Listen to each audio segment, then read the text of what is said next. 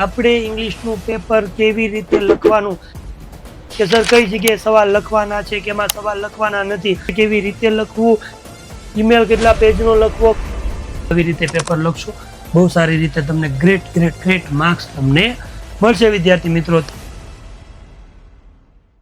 Hello નમસ્કાર, welcome દરેક વિદ્યાર્થી મિત્રોનું વિદ્યાકુલ ગુજરાતી કોમર્સ પર હાર્દિક સ્વાગત છે. તો વિદ્યાર્થી મિત્રો, આજે આપણે માત્ર 8 થી 10 મિનિટ તમારી સાથે રહેવાનું છે, સમજાવવાનું છે. શું સમજાવવાનું છે કે how to write English paper, આપણે ઇંગ્લિશનું પેપર કેવી રીતે લખવાનું. કારણ કે ઘણા બધા વિદ્યાર્થીઓ મિત્રોનો એવો ક્વેશ્ચન બહુ બધા કોમેન્ટની અંદર કે સર કઈ જગ્યાએ સવાલ લખવાના છે કે એમાં સવાલ લખવાના નથી.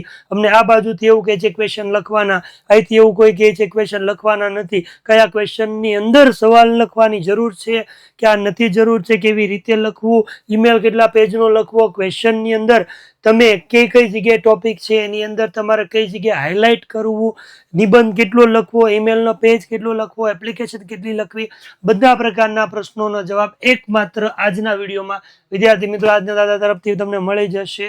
અને સાથે સાથે તમે આમ તો 10th ની અંદર પાસ કરીને તમને પાર કરીને આવ્યા છો એટલે તમને પુરવણીની અંદર પણ ઘણા બધા પુરવણીની ડિટેલ જે ફ્રન્ટ પેજની આવે ભરતા નથી આવડતી, તો બધું કોમન અહીં આપી દેવાનું છે. કદાચ સપોઝ કોઈને ન આવતું હોય અથવા તો 1 વર્ષની અંદર કદાચ ભૂલાઈ ગયું હોય તો બધી ડિટેલ આપણે વિદ્યાર્થી મિત્રો અહીં આપવાની છે. 8 થી 10 મિનિટ વિડીયો સાથે જોઈન્ટ થઈને રહેજો એટલે તમને બધી ડિટેલ આપશે. તો સ્ટાર્ટ કરીએ.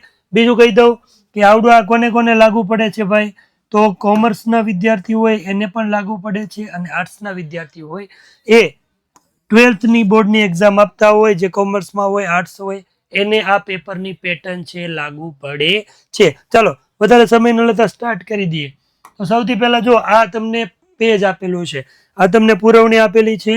આ પુરવણી અંદર તમારે ડિટેલ ભરવાની જે વાત છે એ ડિટેલની વાત કરીએ તો તમને સૌથી પહેલા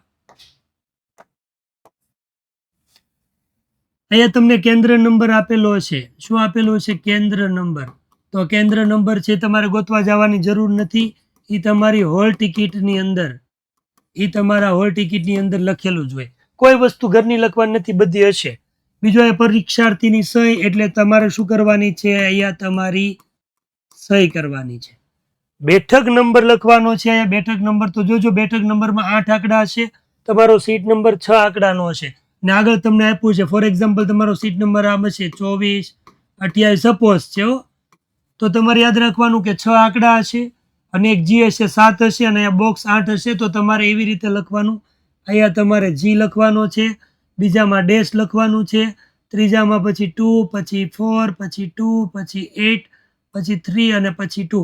આવી રીતે લખવાનું છે જેથી કરીને એક પણ ખાનું છે ખાલી નહીં રહે, બરાબર. નહીતર પછી એવું બનશે કે છેલ્લે ખાનું ખાલી રહેશે, પછી આગળ જે સુપરવાઇઝર હશે કાંઈ ન કરે, હાલો પાલા 0 લખી નાખો છેલ્લે, તો સીટ નંબર બદલાઈ જશે. પછી આને શબ્દમાં લખવાનું હોય તો શબ્દમાં ગુજરાતીમાં પણ લખી શકો, ઇંગ્લિશમાં પણ લખી શકો. આપણે ઇંગ્લિશમાં લખવાનું પહેલા જી, પછી આમ નથી લખવાનું 2,03,000 ને 75,000 ને એવું નહીં. અહીંયા 2 છે તો આપણે લખો 2, પછી આવે છે તો 4, પહેલી 3 લાઈનમાં, એક લાઈનમાં 3 લખો, પાછું લખો 2, પછી બાકીના 3 છે નીચે લખો 8, 3, 2. એવી રીતે અહીંયા તમારી પરીક્ષાર્થીની સહી આવશે, સોરી ખંડ નિરીક્ષકની, એટલે કે જે બ્લોક સુપરવાઇઝર હશે આમાં સહી કરશે. વિષય આપણો અંગ્રેજી છે, બરાબર, એટલે અહીંયા તમારે શું લખવાનું છે? ઇંગ્લિશ. આનો કોડ છે એ પણ તમને સબ્જેક્ટ કોડ બધી વસ્તુ તમને ઇંગ્લિશની અંદર આપેલું હશે. પછી પરીક્ષાની તારીખ, તો આપણી પરીક્ષાની તારીખ છે 6 માર્ચ 2025. બધા વિષયની અંદર અહીંયા જવાબની ભાષામાં ગુજરાતી આવશે. એકમાત્ર સબ્જેક્ટ ઇંગ્લિશ છે જેની અંદર તમારી જવાબની ભાષા ઇંગ્લિશ આવશે. આની સિવાય કોઈ ડિટેલ આમાં તમારે બીજી ભરવાની નથી. હવે બીજી કોઈ ડિટેલ ભરવાની નથી. બીજું, જેલે પુરવણી પૂરી થઈ પછી જગ્યાએ કાંઈ પણ વસ્તુ તમે જોડેલી હોય 1-2 વધારાની, તો એનો ટોટલ છેલ્લે કરવાનું ભૂલતા નહીં. પેપર કેમ લખવાની એની શરૂઆત કરીએ. તો અહીંયા મેં તમને કીધું છે પેજ વાઇઝ કહું છું કે પેજ કેટલા થશે નહીં. સેક્શન એ અહીંયા હું જો લખું છું, મેં લખ્યું સેક્શન એ, અહીંયા તમને લખીને બતાવ્યું છે મેં ટ્રુ ફોલ્સ. સૂચના લખો ન લખો કઈ ફરક પડતો નથી. પછી અહીંયા સીધા તમારા જવાબ.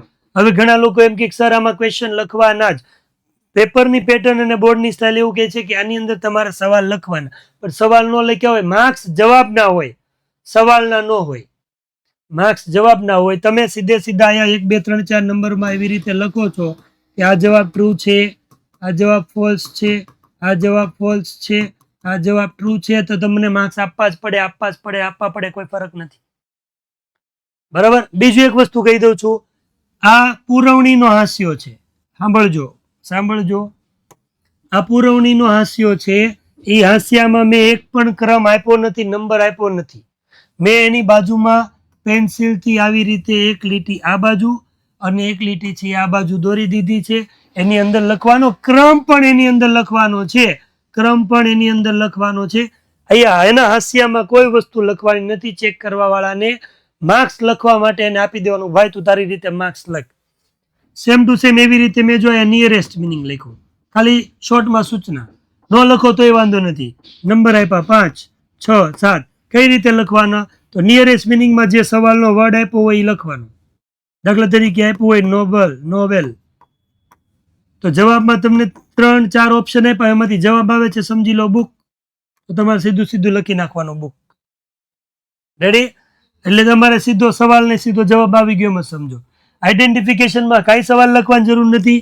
બરાબર. તમને એમ ખબર પડે કે ભાઈ બી આવે છે અને એની અંદર આવે છે શોવિંગ રિઝલ્ટ, તો સીધું લખી દો શોવિંગ રિઝલ્ટ.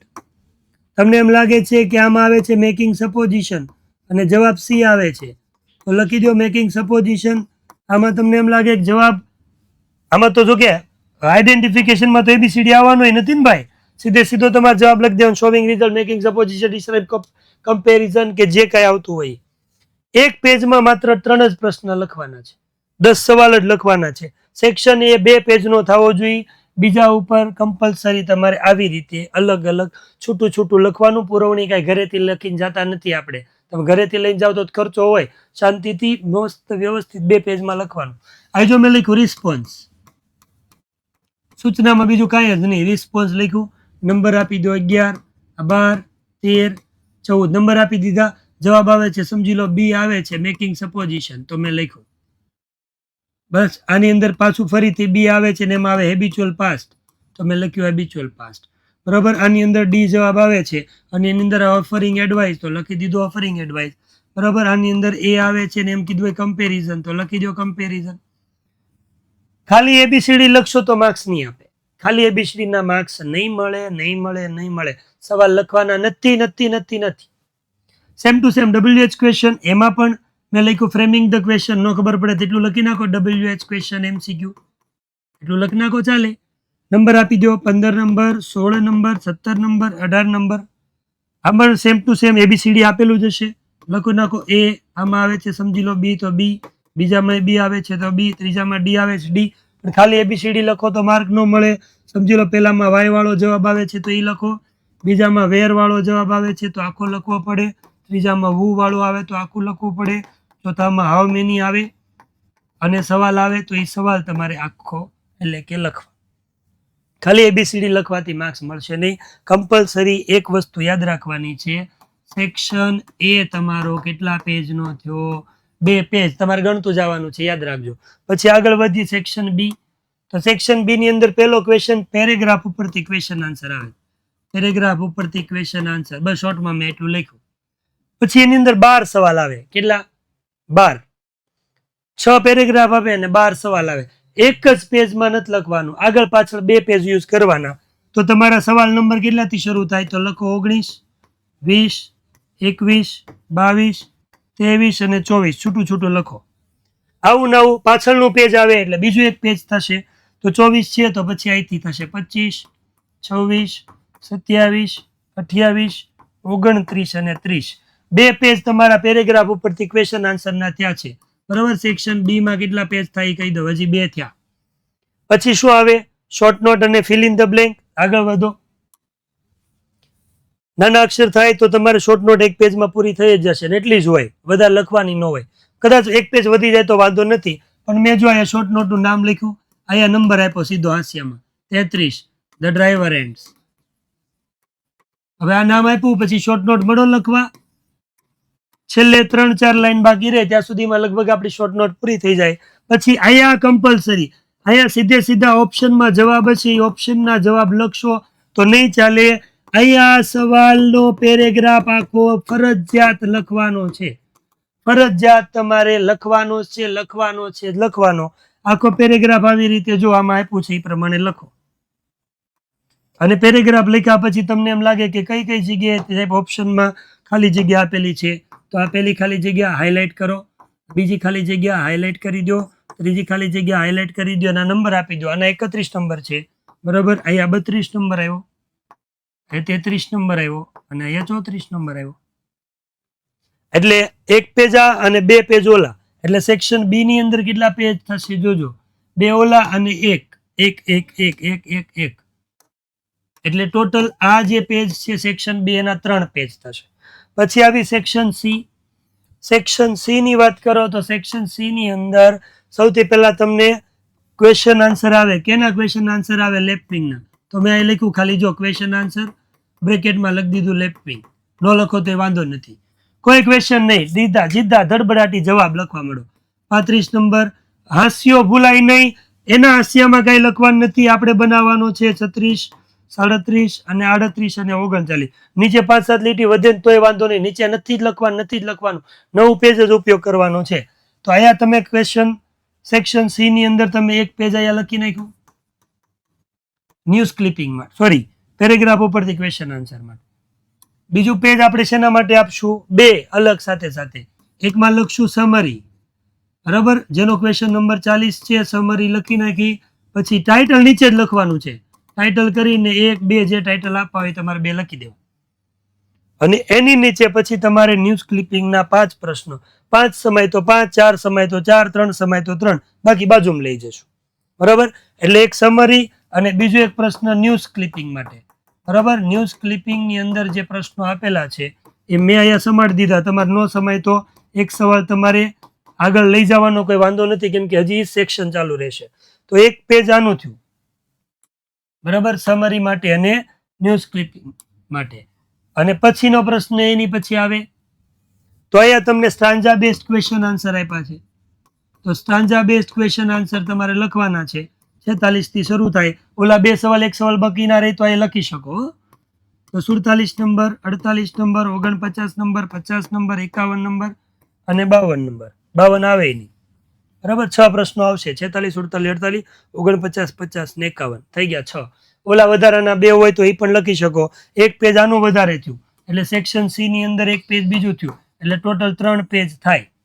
અહીંયા પેજ સહિત કહું છું, એટલી જ પુરવણીમાં. પછી વધારે કોક લખે એટલે સમજી જવાનું કે આ ફેકમ ફેક બોલાવે છે અથવા વધારે પડતું છૂટું લખે છે, ને ઓછામાં પૂરું થઈ જાય એનો મતલબ એવો કે આખું પેપર અટેન્ડ નથી કરતો. પછી સેક્શન ડી ની વાત કરી. સેક્શન ડી ની અંદર 2 પેજ લખવાના છે. એમાં સૌથી પહેલા જો મેં લખ્યું છે સેક્શન ડી, એમાં પહેલા મેં લખ્યું ડુ એઝ ડાયરેક્ટેડ, અને પછી 52મો સવાલ જે ટેન્સ નો પેસિવ નો આપ્યો હોય એ લખી નાખો. પછી 53મો સવાલ એક્ટિવ પેસિવ નો જે આપ્યો હોય તો એ લખી નાખો. 2 જ લખવાના, થોડી જગ્યા રાખવાની. પછી નેરેશન અથવા તો ઇનડાયરેક્ટ સ્પીચ નો પેરેગ્રાફ કરી આખામાં નીચે સુધી લખવાનું. અહીંયા 3 જ ક્વેશ્ચન લખવાના છે. એટલે સેક્શન ડી ની અંદર એક પેજ આનું થયું, એક પેજ બીજું છે પાછળ એ લખવાનું. એટલે 2 પેજમાં તમારો અહીંયા સેક્શન ડી પૂરો થઈ જશે. શું એમાં લખવાનું? તો અહીંયા તે કમ્પ્લીટ ધ સેન્ટેન્સ. આ કમ્પ્લીટ ધ સેન્ટેન્સમાં તમે યાદ રાખજો સવાલ લખવાનો. આ કમ્પ્લીટ ધ સેન્ટેન્સમાં તમારે સવાલ લખવાના છે, બરાબર. કેમ કે કમ્પ્લીટ ધ સેન્ટેન્સમાં કમ્પ્લીટ કરવું પડે, અડધું વાક્ય ચાલે નહીં. તો અડધું લખવાનું ને આખું પછી નીચે સમજી લો. પહેલા સવાલ લખો છો તો અડધો સવાલ લખો, પછી નીચે જે તમને બ્રેકેટમાં કીધું કે આ જવાબ આવે પછી સીધો જવાબ લખી દેવાનો. એટલે અહીંથી તમારા 55, 56, 57, 58 અને 59 સુધી આ પ્રશ્ન 5 સમાઈ ગયા. પછી સીધો કમ્પ્લીટ ધ સેન્ટેન્સ. યાદ રાખજો સવાલ આમાં લખવા, હાઇલાઇટ કરું છું, સવાલ લખવો. પછી અહીંયા કમ્બાઇન્ડ ધ સેન્ટેન્સ આવે, આખો પેરેગ્રાફ તમારી તો લખવાનો જ છે, બરોબર. એ 60 નંબર થાય. પછી આવે છે એડિટિંગ. એડિટિંગ ની અંદર 4 ખાલી જગ્યા આવે છે. કમ્પલસરી આમાં પણ સવાલ એટલે કે પેરેગ્રાફ કમ્પલસરી લખવો અને લખવો. પેરેગ્રાફ લખવાનો છે, લખવા મળવાનું. અને પછી તમને જ્યાં જવાબ આવે છે ત્યાં તમારે ચાર જે જવાબ જે કાંઈ આવતા હોય એ ચાર જવાબને હાઇલાઇટ કરીને નંબર આપી દેવાના. 61 છે, 62 છે, 63 છે, 64, જેથી કરીને ચેક કરવા વાળાને આંખે વળગે. સેક્શન ડી કેટલાનો થયો? તો કીધું 2 પેજ સેક્શન ડી ના થયા. પછી આગળ વાત કરી section E, writing section. Writing section ની અંદર એવું લખી નાખ્યું મેં સેક્શન ઈ. એ પછી મારો પહેલો પ્રશ્ન આવે છે ઇન્ફોર્મેશન ટ્રાન્સફર. 1 પેજ થાય, અડધું પેજ થાય, પોણું પેજ થાય, જે થાય એ એક જ પેજ છે એમાં લખવાનું. બરાબર, પૂરું થઈ જાય તો એ જગ્યા વધે તો એ નહીં લખવાનું, કાંઈ જ નહીં કરવાનું. 1 પેજમાં માત્ર સેક્શન ઈમાં 1 પેજમાં માત્ર તમારે શું કરવાનું છે? Information transfer. એટલે 1 પેજ એનું થઈ ગયું. બીજા પેજમાં નિબંધ સીધો આવે છે, પણ નિબંધ નહીં લખવાનો. તમને સમજાવું આખું. નિબંધ અત્યારે નહીં લખવાનો. ક્વેશ્ચન નંબર સમજી લો. અહીંયા મેં તમને કીધું કે 65 નંબરનો પ્રશ્ન લખો છો, ઇન્ફોર્મેશન ટ્રાન્સફર છે. 66 નંબર એસે છે, એસે નહીં લખવાનો, છેલ્લે લખવાનો. એની પછી સીધું લઈ લેવાનું 67 નંબરનો પ્રશ્ન, જેની અંદર એક આવે છે એપ્લિકેશન, આવે છે સ્પીચ. હું તમને દર વખતે કહું છું ને આ વખતે કહું, સ્પીચ લખવાની નથી, પણ જો લખવાની થાય તો એપ્લિકેશન લખવાની થાય તો એના 3 પેજ આવશે, અને સ્પીચ લખવાની થાય તો 1 પેજમાં લખવાની. એપ્લિકેશન 3 પેજમાં અને સ્પીચ કહે તો 1 પેજમાં. એટલે હું એપ્લિકેશન જ ગણીને ચાલુ છું, એટલે આ 3 પેજ બીજા એડ કરી દઉં છું. પછી આગળ વધી તો પછી હું 68મો સવાલ લખું છું, હાસ્ય અંદર જ આવશે. એની અંદર ઈમેલમાં કમ્પલસરી આયા પૂરું નહીં કરવાનું. મેં તમને શીખવાડ્યું છે એવી રીતે, આવી રીતે બોક્સ પાડીને દોરી અને આ 1 પેજ અને બાજુના પેજમાં અડધું આયા સુધી જવું જોઈએ. ઓછામાં ઓછું આયા સુધી તમારે જવું જોઈએ. ભલે એકાદ લાઈન લખો અને પછી આ તમે પૂરું કરો, પણ ઈમેલ છે એને તમારે વ્યવસ્થિત દોરીને મેં શીખવાડ્યું છે 2 પેજ લખવાના છે. એટલે આના 2 પેજ. બરાબર. અને પછી છેલ્લો પ્રશ્ન વધ્યો છે આપણો. કયો છેલ્લો પ્રશ્ન વધ્યો? તો છેલ્લો પ્રશ્ન આપણો વધ્યો છે એ છે એસે. એની અંદર લખો 66. એસે બેસે કઈ લખવાની જરૂર નથી, સીધું નામ લખી નાખો કે અમે ફલાણો એસે લખીએ છીએ. ક્યાં સુધી લખવાનો સાહેબ? 5 પેજ લખવાના, 8 પેજ કાંઈ ન હોય. વધીને આ પેજ પૂરું થાય, અને એ પેજ પૂરું થઈ ગયા પછી 1.5 પેજ 1.25 પેજ સુધીનો તમારો એસે લખવાનો છે. 1.25 પેજ સુધીનો જ એસે લખવાનો છે, વધારે લખવાનો નથી. એટલે એસે ના હું 2 પેજ ગણું છું. બરાબર. ઈમેલ ના 2 પેજ ગણ્યા, એસે ના 2 પેજ ગણ્યા, એટલે થાય 2 ને 2 4 ને 3 7 ને 1 8. હવે ટોટલ તમને પેજ કહી દઉં. સેક્શન ઈ ના 8, જોજો. સેક્શન ડી ના 2 એટલે 10, સેક્શન સી ના 3 એટલે 13, સેક્શન બી ના 3 એટલે 16, અને સેક્શન એ ના 2 એટલે 18. વધીને હજી છૂટું તમારે લખવું હોય તો વધીને મેક્સિમમ તમારું 20 પેજની અંદર આરામથી પેપર પૂરું થઈ જાય. 24 પેજની પુરવણી આવે. સાંભળજો, 24 પેજની પુરવણી આવે. પહેલા પેજ ઉપર ઇન્ફોર્મેશન હોય, ડિટેલ આપણી લખવાની, એટલે એ નહીં ગણવાની. પાછળ તમને ઇન્સ્ટ્રક્શન આપેલી હોય, પેનનો ઉપયોગ નહીં કરવાનો, ઓલી પેનનો ઉપયોગ નહીં કરવાનો, એવું. એટલે એની સિવાય 22 પેજ વધે. 20 પેજમાં લખાઈ જાય. 18 કીધા, 20માં લખાઈ જાય. વધારે હજી છૂટું લખો તો 22. એક પુરવણી 24 પેજની જે આવે બોર્ડની, એની અંદર આરામથી પેપર લખાઈ જાય. છતાં પણ કોઈ પુરવણી લે છે તો સમજવાનું, કાં તો એ વધારે ગોળા ફેંકાઈ ગયા છે, અથવા તો એ વધારે છૂટું લખે છે. છૂટું લખો, કોઈ વાંધો નથી. પુરવણી લેવાની હું ના પાડતો નથી, લઈ શકો છો, કોઈ ચિંતાની જરૂર નથી. જે જગ્યાએ કીધું ત્યાં જ સવાલ લખજો, બીજી કોઈ જગ્યાએ સવાલ લખવાની જરૂર નથી. ક્યાંય માર્ક્સ નહીં કપાય. કોઈ ડરાવતા હોય ને બીવરાવતા માર્ક્સ કપાઈ જશે, માર્ક્સ કપાય, કાંઈ નહીં કપાય. ચિંતા કરવાની કોઈ જરૂર નથી. બરાબર. અહીં બેઠો છું, દાદા કા વાદા છે, કાંઈ માર્ક્સ નહીં કપાય. હા, જવાબમાં કઈ ભૂલ હોય તો માર્ક્સ કપાય.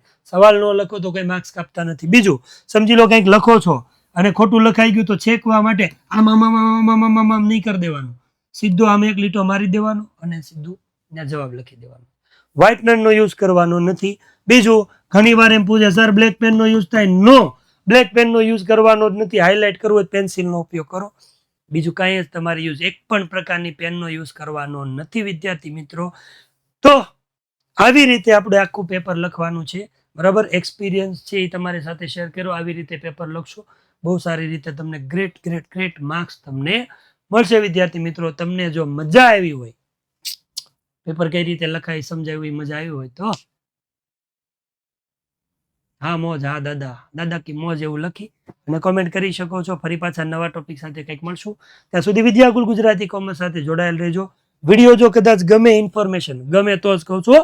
જો વિડીયો તમને ડિટેલ ગમે તો તમે લાઈક કરી શકો છો, અને ચેનલની અંદર અમારે નવા આવ્યા ભણવાની મજા આવી તો સબસ્ક્રાઈબ પણ કરી દેજો. ટાટા બાય, જય શ્રી કૃષ્ણ, રાધે રાધે.